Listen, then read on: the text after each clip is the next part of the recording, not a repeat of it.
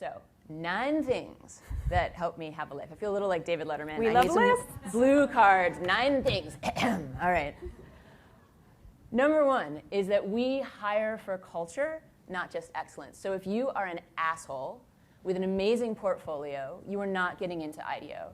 And that sounds like lip service, because a lot of people say that. We actually really, really practice it, and we debate the people that we hire over and over and over again, not often on the merits of their work, because they have to have, there's a certain level you have to have before you get in.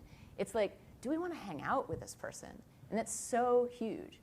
So for those of you who are in a position to make hiring decisions, creative directors, if you went back through the portfolios that you've reviewed and you put that lens on, who might not make the cut? And then again, who would?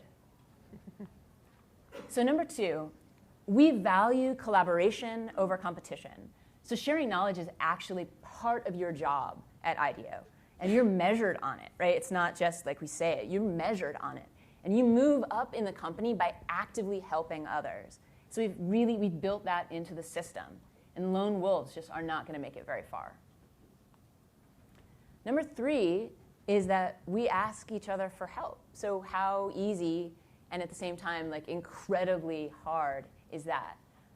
When I first started at IDEO, I was totally afraid to reach out to other people. And I actually got told that that was something that I needed to work on. And I was like, what?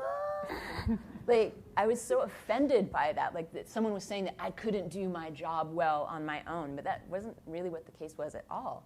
And eventually, I changed my behavior and started reaching out and asking for help. And I don't have to carry everything on my back all by myself. And that makes a huge difference in me actually getting out there and having a life.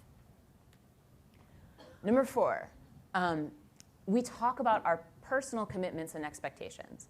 And I've heard people sort of starting to talk about this during this conference too, and it's awesome. Like at the beginning of each project, I sit down with my team, and we talk about things like office hours. When are we gonna be here and work together? And when is it okay to not be here and work together?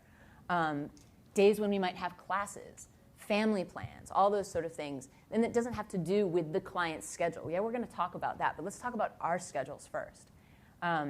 For example, I have a rule that on Mondays and Thursdays you cannot schedule me for a meeting before 9:30 because I have a yoga class. And frankly, it's probably better to make it 10 because I'm always a little bit late. So that's just my rule, and people know that. And it's cool because we've talked about it, right? Number 5 is that we talk it out publicly. So sometimes this happens live, and sometimes it happens asynchronously. So, example, we have a chalkboard in the bathroom, which if you think about it is a little bit gross because everybody's grabbing it, whatever. And we prompt things with questions, like about the temperature of the company, how people feel about certain things. And people write down what they feel, and it's like the good, the bad, and the ugly. And there have been times when it gets kind of hairy, and that's completely okay. Like, that's expected, and it's what we want to do is to talk it out.